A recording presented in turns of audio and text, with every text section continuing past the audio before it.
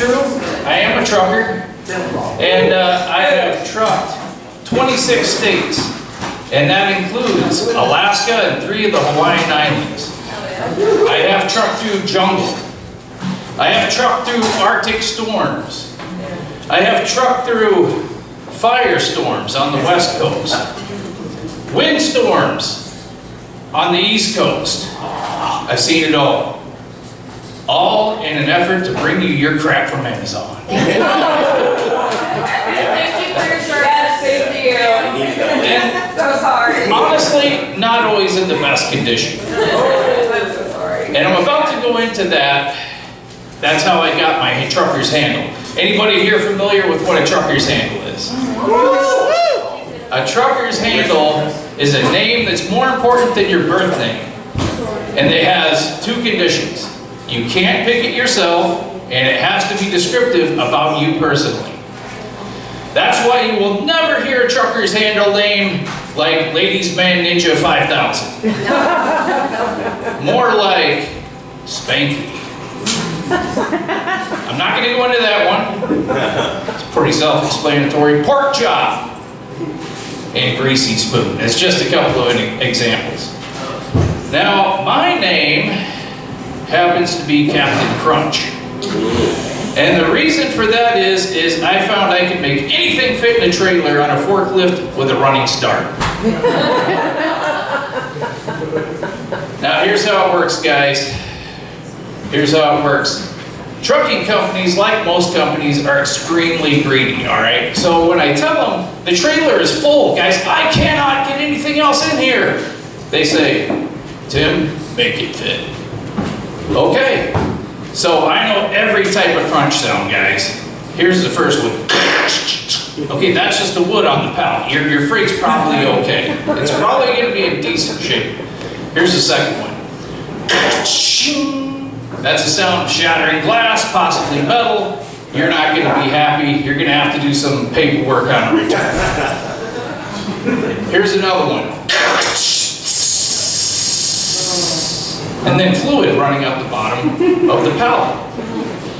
That's when I shut the door real quick and make it somebody else's problem. I don't mess around with that stuff, guys.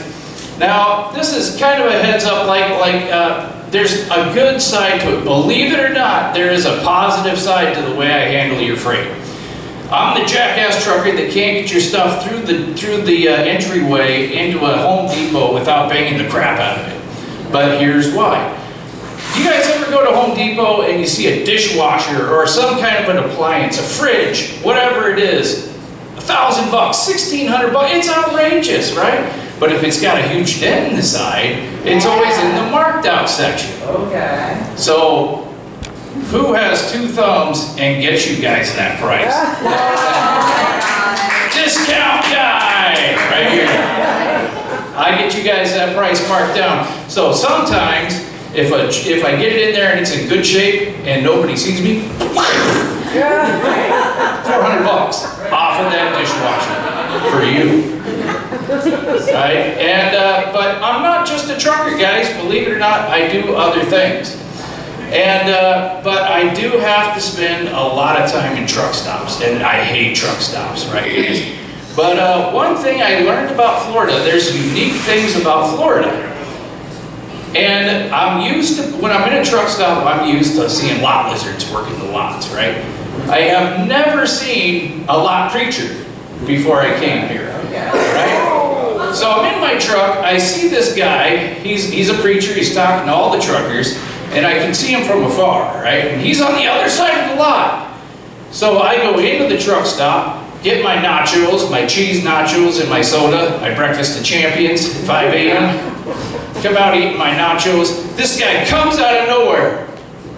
Just appeared. I don't know how he did it. 1 second he was on one side of the truck stop, now he's here. Do you love Jesus? Good God, man. Announce yourself first. And then he says it again. Do you love the Lord Jesus? And I said, the only thing I can think of, if loving the Lord is wrong, I don't want to be right. And all of a sudden I was this guy's favorite person in the entire world. So guys, I will leave you with a little trucker's wisdom. If you have to pick something to run over, remember, curbs are free, trees grow back, and signs are expensive. Thanks. Give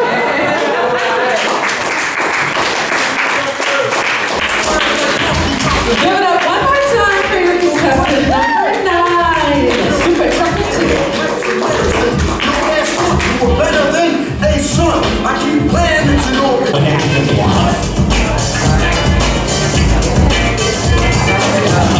Super Trucker 2, contestant number 9, let's go!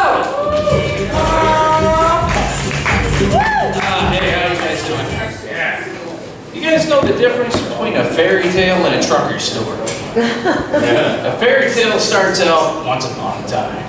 A trucker story starts out, no BS, this really happened. And what I'm about to tell you is a story about one of a trucker's favorite times in the entire world. We rarely get it, it's family time, downtime. And it was a trip to Yellowstone, and me and my son together, we earned our Junior Ranger badge. Now, he's way above par for 6. As you can tell, I'm pretty below par, so we kind of evened out. But I didn't need any crayons on this trip. But between you and me, purple is the best flavor. I mean, color. And so part of the journey, guys, to get your book filled out is you have to visit the geysers on the boardwalk, right? So we're on the boardwalk, and I'm observing these blue pools of death with this white toxic haze coming off the top of it. And it just got me thinking about me and my son's favorite show we watched together, Bear Grylls. For those of you guys who don't know who he is, he's a survivalist, right?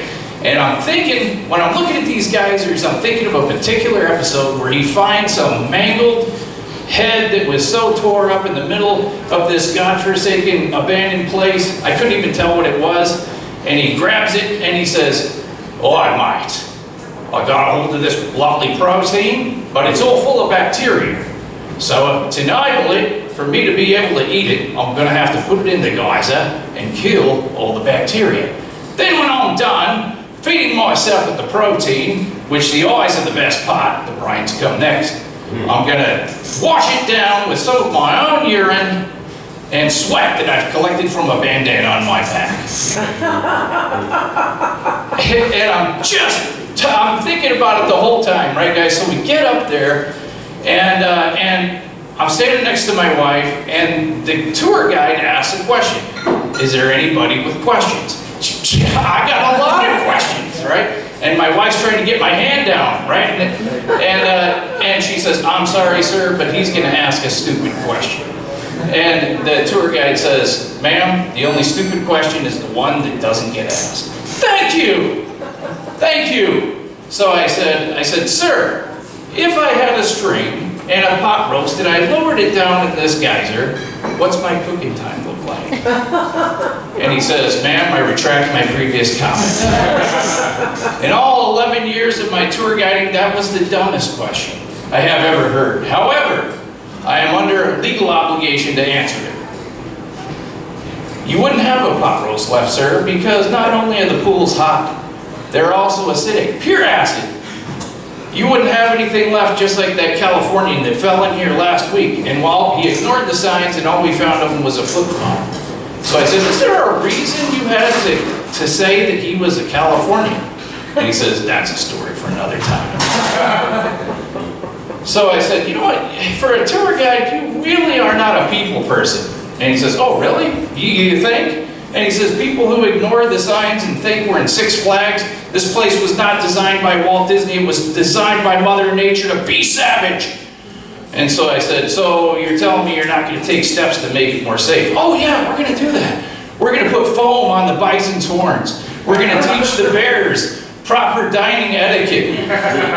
And we're going to go out of our way to rail everything off so people don't walk into the geysers and thin out the herd like nature meant for it to be."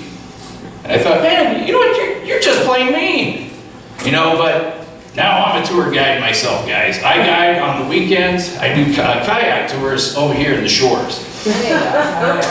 So when I get to talking about alligators to people, I'm the only tour guide that doesn't tell you don't play with the alligators. I encourage it because I have never seen what happens. But here's the thing, I won't say that action will not come with consequences. Because an alligator has a mouth like a chainsaw, more like a meat saw. At least that's what one lady Joe told me. So guys, if you ever want to go on a tour with somebody who's going to kind of pay attention and kind of take care of you, come to Super Trucker Tim's Silver Tours.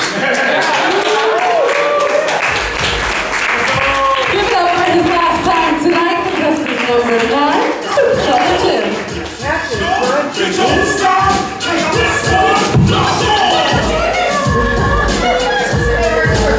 Alright guys. Welcome and identified, guys.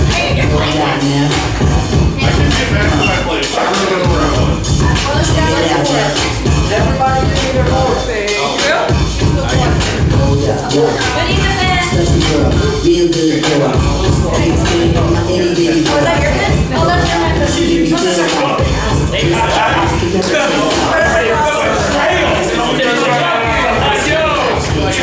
pen.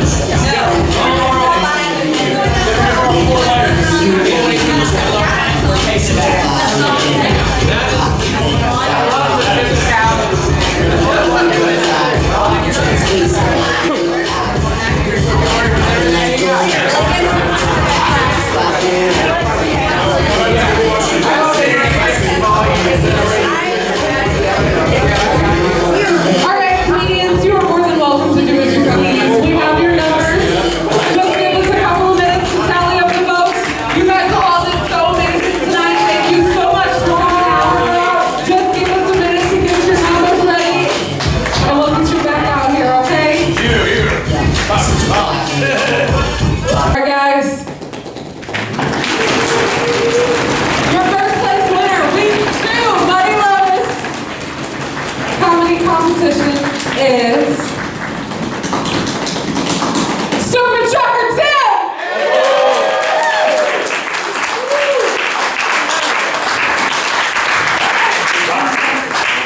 Alright guys, give me a big round of applause for all of you tonight. And give me an even bigger round of applause for the rest of you. I'm gonna bring up last week's winner, okay? Show you what it's about. Give you a little something, show you why he won last week, okay? Give it up for Super Trucker Tim.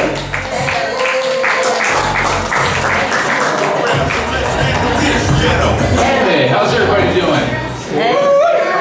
Hey, I just want to say thanks to the Kava Bar, the Muddy Lotus for doing this. This is a really awesome event. It's a chance for all of us to get out and try our best.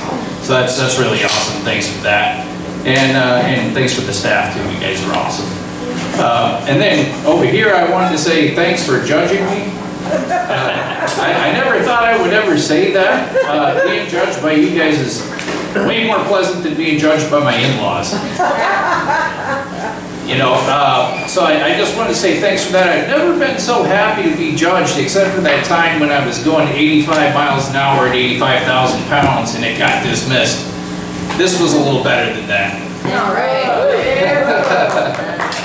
But I gotta be honest, guys, I just came in to use the bathroom that day, and this charming young lady approaches me with a clipboard and asks for my name, and I said, "Man, this is a classy place. You gotta have reservations just to use the bathroom here."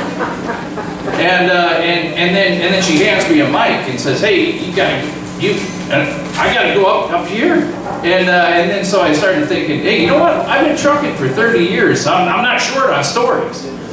So I came up and I started telling some trucker stories, and I'm just as surprised as anybody else. I want it. and when that happened, I was thinking, oh, do I get a blender? What am I getting here? And then I found out somebody said $1,000, and I was like, whoa, that's like 10 blenders. Or maybe just like one blender and some other stuff like throw pillows. But But you know, guys, it is a lot of fun, and I just want to say thanks again. And you know, as far as the crowd go, or the participants, I just wanted to say, I wanted to ask a question to the participants in here.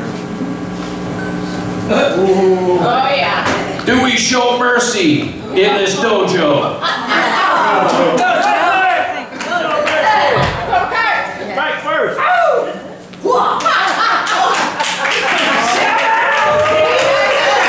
Strike hard, no mercy. And that's how we do it in this dojo. That was a little much. I think that's a little much. But thanks a lot, guys. I hope you guys have a lot of fun. And that's the whole point, is have fun with you guys. Thanks. Give it up for your last week's winner, Super Trucker Tim. One more time, guys. Come on now. Like I said, I do expect everybody to get equal amount of love tonight, okay? Can you do that for me? Yeah. I appreciate it.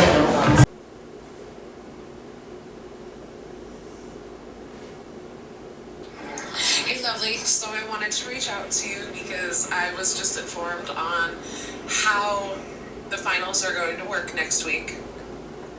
The 11th, I guess there's been a little bit of confusion about the date of the finals, but it is next week, the 11th. You guys will be doing 2 rounds. The first round, you have to fill 10 minutes. 10-minute time. It's going to be hard to stay funny for 10 minutes. But don't forget, we're going for $1,000 here. So your first round is going to be a whole 10 minutes. And the second round is definitely a little bit more tricky. The second round, at the beginning of the night, we will be passing out papers to everyone in the audience. They all have to write down a topic on a piece of paper, and those topics will be thrown into a hat. Before intermission, after the first round, I will give you all a topic that I'm going to pull randomly from the hat. You guys will have the 15-minute intermission to come up with an act for your topic. If you have any questions, please feel free to let me know. Well, one thing's for sure. She's right.